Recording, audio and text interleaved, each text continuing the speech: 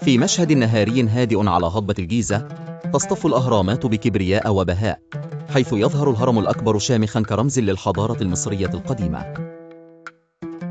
يجاوره 3 أهرامات صغيرة مخصصة لزوجات الملك خوفو، الملكات حنتس، ماريت إيتيس، وخنتكاوس، موضحة بتفصيل دقيق يبرز حجمها الصغير مقارنة بالهرم الأكبر.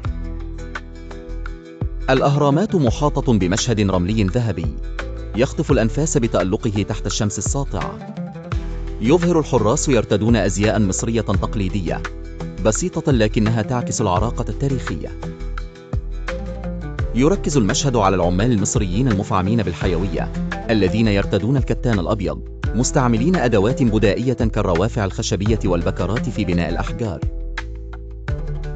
بدون أي إشارات سحرية أو دينية مخالفة، تلتقط العيون الحركة المنسقة بين العمال وهم ينقلون كتل الحجارة الكبيرة.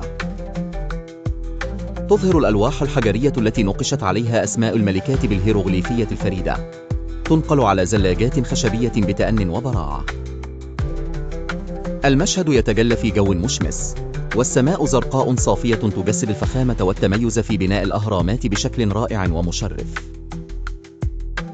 يبرز احترام حضارة الأجداد من خلال العمل المتقن الذي يتجاوز أي تعاليم مخالفة للإسلام أو يؤكد أي شعائر وثنية، معيداً البناء إلى فخامته وصبغته الأصلية.